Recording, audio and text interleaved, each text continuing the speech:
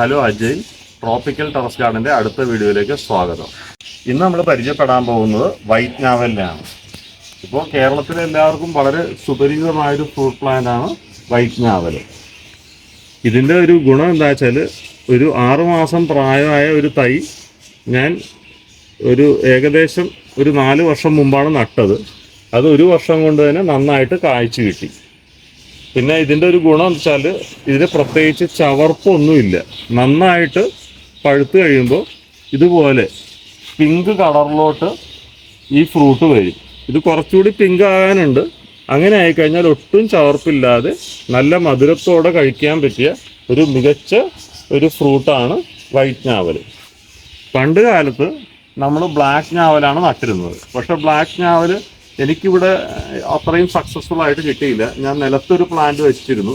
ഒരു 4-5 വർഷം വളർത്തിയിട്ടും കായ്ക്കാത്തതുകൊണ്ട് പിന്നെ വെട്ടിക്കളയാനുണ്ടായത്. പിന്നെ ഡ്രമ്മിൽ ബ്ലാക്ക് ഞാവൽ നട്ടു നോക്കി, അപ്പോഴും അത് കായ്ച്ചില്ല. അതും വെട്ടിക്കളയേണ്ടി വന്നു. അപ്പോൾ പുതിയ ബ്ലാക്ക് ഞാവൽ പ്ലാന്റ്സ് എല്ലാം നട്ടു വളർത്തിയാൽ അത് ഫ്രൂട്ട് ആവുന്നുണ്ടെന്ന് പറയുന്നുണ്ട്. പക്ഷെ ഏതായാലും നമ്മളെ സംബന്ധിച്ചിടത്തോളം വൈറ്റ് ഞാവൽ പ്ലാന്റ് നടുന്നത് വളരെ നന്നായിട്ട് കായ്ക്കാനും നമുക്ക് ധാരാളം ഫ്രൂട്ട്സ് കഴിക്കാനും പറ്റുന്നുണ്ട്. ഇത് ഞാൻ ഒരു 100 ലിറ്റർ ഡ്രമ്മിലാണ് നട്ടത്. ഇതിനകത്തുള്ള പോട്ടിംഗ് മിക്സ് എന്ന് പറയുന്നത് നമ്മൾ സാധാരണ മാവിനൊക്കെ എന്താണോ പോട്ടിംഗ് മിക്സ് കൊടുക്കുന്നത് അത് തന്നെയാണ് ഞാൻ കൊടുത്തിട്ടുള്ളത്. അതായത് പ്രധാനമായിട്ടും ചുവന്ന മണ്ണ്, ചകിരി കമ്പോസ്റ്റ്, ചാണകപ്പൊടി എല്ലാം ഈക്വൽ അളവിൽ മിക്സ് ചെയ്തിട്ട് ആണ് ഈ പ്ലാന്റ് നട്ടത്. കൂടാതെ നമ്മുടെ പിണ്ണാക്കുകൾ കൊടുത്തു. വേപ്പിൻ പിണ്ണാക്ക്, കപ്പലണ്ടി പിണ്ണാക്ക്, അതുപോലെ ബോൺ മീല് തുടങ്ങിയവയുടെ മിക്സാണ് ആദ്യം നട്ടപ്പോൾ ഞാൻ പോട്ടിംഗ് മിക്സായിട്ട് കൊടുത്തത്. പിന്നീട് വളപ്രയോഗവും നമ്മുടെ മാവിന് കൊടുക്കുന്ന അതേ വളപ്രയോഗം വർഷത്തിൽ 4 തവണ ജൈവവളം കൊടുക്കുന്നുണ്ട്.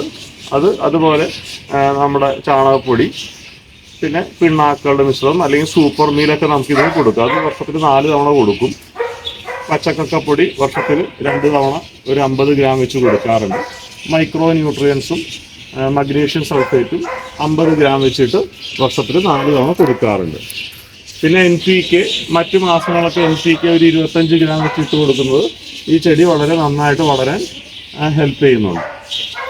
അപ്പോൾ ഇത്രയൊക്കെയാണ് ഇതിൻ്റെ വളപ്രയോഗം ഉള്ളത്. ഇനി പ്രത്യേകിച്ച് ശ്രദ്ധിക്കേണ്ട ഒരു കാര്യം, വളരെയധികം നന ആവശ്യമുള്ള ഒരു ചെടിയാണ് വൈറ്റ് ഞാവൽ. ഇപ്പോൾ കാലത്ത് തന്നെ ഈ ഡ്രമ്മിൽ നന്നായിട്ട് നനച്ചതിന് ശേഷം വൈകിട്ടാകുമ്പോഴേക്കും പതുക്കെ ഈ ഇലകളൊക്കെ ചെറുതായിട്ട് വാടി തുടങ്ങിയിട്ടുണ്ടാകും. അപ്പോൾ ഏതെങ്കിലും ഒരു ദിവസം നനയ്ക്കാതിരുന്നാൽ ചെടിക്ക് വളരെ ക്ഷീണം ഉണ്ടാകും. അതുകൊണ്ട് നമ്മൾ നന്നായിട്ട് നനയ്ക്കേണ്ട ഒരു ചെടിയാണ് വൈറ്റ് ഞാവൽ. ഈ വൈറ്റ് ഞാവൽ വരുന്ന രോഗങ്ങൾ എന്തൊക്കെയാണെന്ന് നോക്കാം. വൈറ്റ് ഫ്ലൈസിൻ്റെ ഒരു ആക്രമണം നേരിടുന്ന ഒരു ചെടിയാണ് വൈറ്റ് ഞാവൽ. ഇതിനകത്ത് ഇത്തവണ ധാരാളമായിട്ട് വൈറ്റ് ഫ്ലൈസിൻ്റെ അറ്റാക്ക് വന്നു. അതിനെ തുടർന്ന് വന്ന ഒരു ഫ്രൂട്ടി മോൾഡ് എന്ന് പറഞ്ഞൊരു ഫംഗൽ ഇൻഫെക്ഷനാണ് ഈ കാണുന്നത്. ഇതിൻ്റെ പ്രതിവിധികൾ എന്തൊക്കെയാണെന്ന് പറഞ്ഞ് നമ്മൾ പഴയ എപ്പിസോഡിൽ പറഞ്ഞിട്ടുണ്ട്. പ്രധാനമായിട്ടും നമ്മുടെ കൺട്രോൾ എന്ന് പറയുന്നത് ഇതിനകത്ത് 5 ml വേപ്പെണ്ണ, 5 ഗ്രാം ബേക്കിംഗ് സോഡ, അതുമാതിരി 5 ml സോപ്പ് സൊല്യൂഷൻ 1 ലിറ്റർ വെള്ളത്തിൽ മിക്സ് ചെയ്ത് റെഗുലറായിട്ട് സ്പ്രേ ചെയ്ത് കഴിഞ്ഞാൽ നമുക്ക് വൈറ്റ് ഫ്ലൈസിനെ കൺട്രോൾ ചെയ്യാൻ പറ്റും. ഈ ഫ്രൂട്ടി മോൾഡ് പിന്നെ നമ്മളത് ഒരു ക്ലീനിങ് ലിക്വിഡ് കൊണ്ട് തുടച്ച് കളയുകയാണെങ്കിൽ ഇതിൻ്റെ ഫോട്ടോസിന്തസിസ് ഒക്കെ നമുക്ക് നന്നാക്കി എടുക്കാൻ പറ്റും. പിന്നീട് വരുന്ന ഒരു പ്രോബ്ലം വെച്ചാൽ ഫംഗൽ ഇൻഫെക്ഷൻസ് ആണ്. ഈ ഫംഗൽ ഇൻഫെക്ഷൻ വരാതിരിക്കാനായിട്ട് നമ്മൾ മഴക്കാലം തുടങ്ങുന്നതിന് മുമ്പും അതിന് ശേഷവും കോപ്പർ ഓക്സിക്ലോറൈഡ് ഏതെങ്കിലും ഒരു ഇൻസെക്ടിസൈഡിൻ്റെ കൂടെ ചേർത്ത് കിട്ടും. ഇതിൻ്റെ തടിയിലൊക്കെ നന്നായിട്ട് അടിച്ചു കൊടുക്കണം. അല്ലെ എന്ത് പറ്റുമെന്ന് പറഞ്ഞാൽ ഇതിൻ്റെ തടിയിൽ പോലും ഇപ്പോൾ ഇവിടെയൊക്കെ കാണാം, കറുത്ത ഒരു ഫംഗസ് പോലെ നമുക്ക് കാണാൻ പറ്റും. അപ്പോൾ അങ്ങനെ കൂടുതലായിട്ട് വന്നു കഴിഞ്ഞാൽ ഈ ചെടി നശിഞ്ഞു പോകാനുള്ള സാധ്യതയുണ്ട്. അതുകൊണ്ട് ഈ ഫംഗൽ ഇൻഫെക്ഷനിൽ നിന്നും ഈ ചെടിയെ സംരക്ഷിച്ച് നിർത്തേണ്ടത് അത്യാവശ്യമാണ്. വേണം നമുക്ക് സാഫ് 2 ഗ്രാം 1 ലിറ്റർ വെള്ളത്തിൽ മിക്സ് ചെയ്ത് സ്പ്രേ ചെയ്ത് കൊടുക്കാം. അല്ലെങ്കിൽ ഏതെങ്കിലും ഒരു ഫംഗിസൈഡ് ആണെങ്കിലും മതി. അത് ഒരു ഇടവേളകളിൽ, അതായത് ഇപ്പോൾ 2 ആഴ്ച ഇടവിട്ട് നമ്മൾ ഈ മഴക്കാലങ്ങൾ പ്രത്യേകിച്ച് ഒന്ന് സ്പ്രേ ചെയ്ത് കൊടുക്കുന്നത് രോഗങ്ങളിൽ നിന്ന് തടയാൻ സഹായിക്കും. പിന്നെ ചില ഇൻസെക്ട്സ് ഇല തിന്നുന്ന ഒരു രോഗം കൂടി ഇതിന് കാണുന്നുണ്ട്. ഇതിലൊക്കെ നമുക്ക് നോക്കിയാൽ അറിയാൻ പറ്റും. പലതരം ഇൻസെക്ട്സ് വന്ന് ഇതിൻ്റെ ഇലകൾ തിന്നും. അപ്പോൾ ഇങ്ങനെ വരുമ്പോഴേക്കും ഏറ്റവും നല്ലത് ഇഫക്റ്റീവ് എന്ന് പറയുന്നത് ഏതെങ്കിലും കെമിക്കൽ ഇൻസെക്ടിസൈഡ് നമുക്ക് സ്പ്രേ ചെയ്യാം. അതിപ്പോൾ മാലത്തിയോൺ ആണെങ്കിൽ ഒരു 2 ml 1 ലിറ്റർ വെള്ളത്തിൽ ഒരു 0.5 ml ഏതെങ്കിലും വെറ്റിംഗ് ഏജൻറ്റും കൂടി മിക്സ് ചെയ്തിട്ട് നമുക്ക് സ്പ്രേ ചെയ്യുകയാണെങ്കിൽ ഇത്തരം ഇൻസെക്ട്സിൽ നിന്ന് ഈ ചെടിയെ സംരക്ഷിച്ച് നിർത്താൻ നമുക്ക് പറ്റും. പിന്നെ വേറൊരു അസുഖം ഇതിന് കാണുന്നത്, ഇതിൻ്റെ പൂക്കൾ ഉണ്ടാകുമ്പോൾ തന്നെ ഈ പൂക്കളും പിന്നെ ചെറിയ ഫ്രൂട്ട് ഫോം ചെയ്യുമ്പോൾ തന്നെ ഇതെല്ലാം കൂടി ഒന്ന് പിണഞ്ഞു കൂടിയിട്ട് ഒരു തരം രോഗം വരാറുണ്ട്. അപ്പോൾ ഇങ്ങനെ വരുമ്പോഴേക്കും ഞാനിവിടെ ചെയ്യുന്നത് ഏതെങ്കിലും ഒരു ഫംഗിസൈഡും ഏതെങ്കിലും ഒരു ഇൻസെക്ടിസൈഡും ചേർത്തിട്ട് സ്പ്രേ ചെയ്യുകയാണ്. അപ്പോൾ ഫ്രൂട്ട് വളരെ ചെറുതായിരിക്കുമ്പോൾ തന്നെ കെമിക്കൽ സ്പ്രേ ചെയ്തുകൊണ്ട് കുഴപ്പമില്ല. പക്ഷെ ഫ്രൂട്ട്സ് വലുതായി കഴിഞ്ഞാൽ പിന്നെ നമുക്ക് അത് ചെയ്യാൻ പറ്റില്ല. പിന്നെ നമുക്ക് ചെയ്യാൻ പറ്റുന്ന ആകെ ബിവേറിയ ബാസിയാന ലിക്വിഡ് 5 ml 1 ലിറ്റർ വെള്ളത്തിൽ മിക്സ് ചെയ്ത് സ്പ്രേ ചെയ്യുക. അത് അങ്ങനെ റിപ്പീറ്റീവ് ആയിട്ട് നമ്മൾ സ്പ്രേ ചെയ്ത് കൊടുക്കേണ്ടി വരും. അപ്പോൾ അങ്ങനെ ഒരു ചിലപ്പോൾ നമുക്ക് ജൈവ കീടനാശിനി കൊണ്ട് ചിലപ്പോൾ ആ അസുഖത്തിനെ കൺട്രോൾ ചെയ്യാൻ പറ്റുന്നതായിട്ട് കണ്ടിട്ടില്ല. അപ്പം അങ്ങനെയാണെങ്കിൽ ഫ്രൂട്ട്സ് വളരെ ചെറുതായിട്ട് ഫോം ചെയ്യുമ്പോൾ തന്നെ ഏതെങ്കിലും ഒരു ഇൻസെക്ടിസൈഡ് 2 ml എടുക്കുക. ഫംഗിസൈഡ് ഇപ്പോൾ സാഫാണെങ്കിൽ ഒരു 2 ഗ്രാം എടുക്കുക. ഒരു വെറ്റിംഗ് ഏജൻറ്റ് 0.5 ml കൂടി ആഡ് ചെയ്തിട്ട് ഈ മരത്തിന് നന്നായിട്ട് സ്പ്രേ ചെയ്ത് കൊടുക്കണം. അതൊരു 2 തവണയെങ്കിലും സ്പ്രേ ചെയ്ത് കൊടുക്കേണ്ടി വരും ഒരാഴ്ച ഇടവിട്ട്. അങ്ങനെ ചെയ്യുകയാണെങ്കിൽ ഈ പൂക്കൾ കായാവുന്ന ചില ഒരു തടസ്സം നിൽക്കുന്ന ആ രോഗാണുക്കളെ നമുക്ക് ഒരു പരിധി വരെ പ്രതിരോധിച്ച് നിർത്താൻ പറ്റും.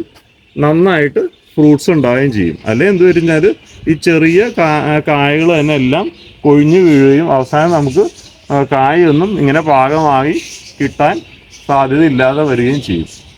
ഇതൊക്കെയാണ് ഇതിൻ്റെ പ്രധാനപ്പെട്ട രോഗങ്ങളും അതിൻ്റെ പ്രതിവിധികളും ആയിട്ട് കണ്ടിട്ട് വരുന്നത്. പിന്നെ പലരും ഇത് ശരിയായിട്ട് കായ്ക്കുന്നില്ല എന്ന് പറയുന്നവരുണ്ട്. അത് പ്രധാനമായിട്ട് എന്താ വെച്ചാൽ ഇതിൻ്റെ pH നന്നായിട്ട് നമ്മൾ ബാലൻസ് ചെയ്യേണ്ടി വരും. 6 തൊട്ട് 7.5 വരെയാണ് ഇതിൻ്റെ pH വേണ്ടത്. അതായത് ഒരു ചെറിയ ഒരു അസിഡിറ്റി ഇഷ്ടപ്പെടുന്ന ഒരു പ്ലാന്റാണ് വൈറ്റ് ജാമൻ. അതേസമയം ന്യൂട്രൽ ആയാലും കുഴപ്പമില്ല, ഇത് നന്നായിട്ട് കായ്ക്കുകയും ചെയ്യും. അപ്പോൾ നമ്മൾ എപ്പോഴും ആ പച്ചക്കക്കപ്പൊടി വർഷത്തിൽ 2 തവണ ഇടാൻ നമ്മൾ വിട്ടുപോകരുത്. അല്ലെങ്കിൽ ഈ പച്ചക്കക്കപ്പൊടിയൊന്നും ഇടാതിരുന്നാൽ എന്ത് പറ്റുമെന്ന് വെച്ചാൽ ഇതിൻ്റെ റൂട്ട്സിന് ശരിയായിട്ട് വളം വലിച്ചെടുക്കാൻ പറ്റാത്ത ഒരവസ്ഥ വരും. അങ്ങനെ വരുമ്പോൾ പ്ലാന്റ് നന്നായിട്ട് വളയില്ല, കായ്ക്കില്ല, അതുപോലെ അസുഖങ്ങളും വളരെ കൂടുതലായിട്ട് വരും. അപ്പോൾ അത് pH മെയിൻറ്റെയിൻ ചെയ്യേണ്ടത് ഈ ചെടിയുടെ ശരിയായ വളർച്ചയ്ക്കും അതുപോലെ നന്നായിട്ട് കായ്ക്കുന്നതിനും വളരെയധികം അത്യാവശ്യമാണ്. ഇനി ഈ സീസൺ കഴിഞ്ഞാൽ, അതായത് ഫ്രൂട്ട്സ് എല്ലാം ഉണ്ടായി കഴിഞ്ഞതിന് ശേഷം ഇപ്പോൾ സീസൺ അവസാനിക്കാറായി, ഇനി ഈ പ്ലാന്റ് നന്നായിട്ട് പ്രൂൺ ചെയ്യണം. അങ്ങനെ പ്രൂൺ ചെയ്യുമ്പോഴുള്ള ഗുണം വെച്ച് കഴിഞ്ഞാൽ ഇതിന് നല്ല എയർ സർക്കുലേഷൻ കിട്ടുകയും അതുപോലെ നമുക്ക് നല്ല സൂര്യപ്രകാശം കിട്ടുകയും ചെയ്യും. അങ്ങനെ നല്ല സൂര്യപ്രകാശത്ത് ഈ ചെടി വെക്കുകയാണെങ്കിൽ ഒരു പരിധി വരെയുള്ള കുറേ രോഗങ്ങളൊക്കെ നമുക്ക് മാറിക്കിട്ടും. അപ്പോൾ ഈ പ്രൂണിംഗ് എന്നുള്ളത് ഈ ചെടിയെ സംബന്ധിച്ചിടത്തോളം വളരെ അത്യാവശ്യമാണ്. അത് വളരെ നന്നായിട്ട് നമുക്ക് പ്രൂൺ ചെയ്യാം. എന്തായാലും ഒരു 2-3 മാസം കൊണ്ട് തന്നെ ഈ ചെടി വീണ്ടും നല്ല ശക്തിയായിട്ട് വളർന്ന് നമുക്ക് അടുത്ത ഒരു ഫ്രൂട്ട് സീസണിൽ നന്നായിട്ട് കായ്ഫലം തരുന്നതായിരിക്കും. ഇനി വൈറ്റ് ഞാവലിൻ്റെ ഔഷധ ഗുണങ്ങൾ എന്തൊക്കെയാണെന്ന് നമുക്ക് നോക്കാം.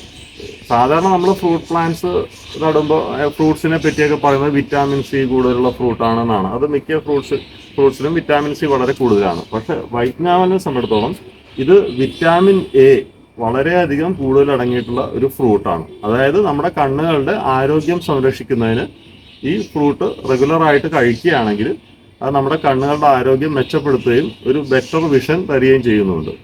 പിന്നെ ഈ ഫ്രൂട്ട് ധാരാളം അയേൺ അടങ്ങിയിട്ടുണ്ട്. അതുകൊണ്ട് നമ്മുടെ ഹിമോഗ്ലോബിൻ്റെ കൗണ്ടൊക്കെ ഇൻക്രീസ് ചെയ്യാനും ഈ ഫ്രൂട്ട് കഴിക്കുന്നത് നല്ലതാണ്. അതുമാതിരി രക്തശുദ്ധീകരണത്തിനും ഈ ഫ്രൂട്ട് സഹായിക്കുന്നുണ്ട്. അതായത് നന്നായിട്ട് നമ്മുടെ രക്തം ശുദ്ധീകരിച്ചു കഴിഞ്ഞാൽ നമ്മുടെ സ്കിന്നെല്ലാം കുറെ കൂടി ബെറ്റർ ആകുകയും അപ്പോൾ ആ ഒരു നമ്മുടെ ത്വക്കിൻ്റെ ആരോഗ്യത്തിനും ഈ ഫ്രൂട്ട് കഴിക്കുന്നത് നന്നായിട്ട് സഹായകരമാണ്. പിന്നെ ധാരാളം ആൻറ്റി ഓക്സിഡൻസ് ഇതിനകത്ത് അടങ്ങിയിട്ടുണ്ട്. അപ്പോൾ എങ്ങനെ നോക്കിക്കഴിഞ്ഞാലും ഈ ഫ്രൂട്ട് ഒരു ഭക്ഷണത്തിന് ശേഷം നമ്മുടെ ഡയറ്റിൽ ഉൾപ്പെടുത്തുകയാണെങ്കിൽ പ്രത്യേകിച്ച് ഈ അസിഡിറ്റിയൊക്കെ കുറയ്ക്കാൻ നമ്മളെ സഹായിക്കുന്നുണ്ട്.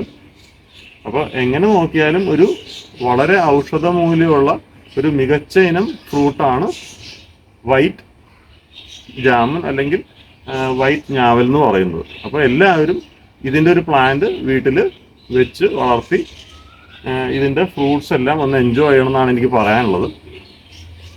ഇനി അടുത്ത വിഷയവുമായിട്ട് അടുത്ത വീഡിയോയിൽ കണ്ടുമുട്ടാം. അതുവരെ ഗുഡ് ബൈ.